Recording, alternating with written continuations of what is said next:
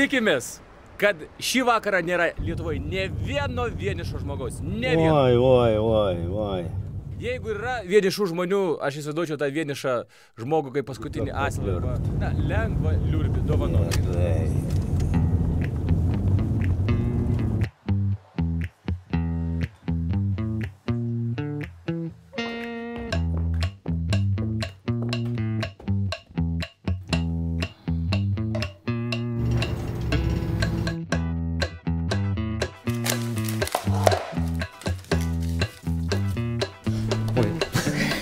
Labas. Gerai, pradėk. Gerai? Gerai? Taip, gerai. Prašau, ne dabar. Bet ateina toks laikas, kai pasakai savo, ei, bičias, užteks bėgiuot, paskui kiekvieną.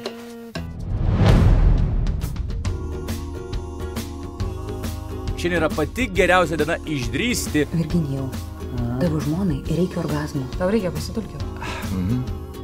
Aš tau rimtai sakau. Taip, gerai. Tau reikia pasitulkinti. Suprantu, ja.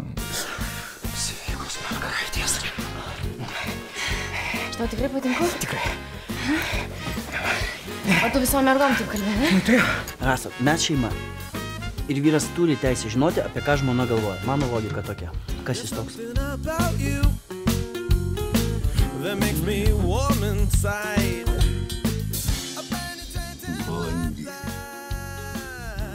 Žinok, man kažkaip taip atrodo, kad jis vat kaip tik žiūri į tave. Rimtai?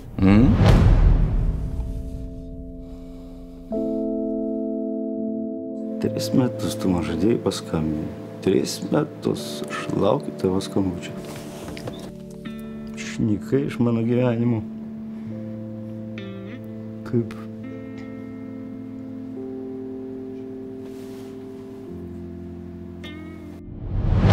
Tegu ne vienas žmogus, nei Kaune, nei Vilniuje, nei Šiauliuose, nei Kaišiadorėse, nei Panevėžyje nelieka vienas. Aš žiūriu į tave pasaulį pro atvirus langus. Kai kyla saulė virš kalnų, kol tyliai miegi tu. Tu pasaka mano, kurioj nebėra apgaulės.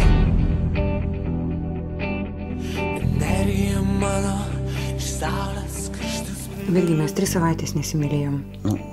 Ras savaitę. Kiek? 3? Ne, tikrai nepraėjo.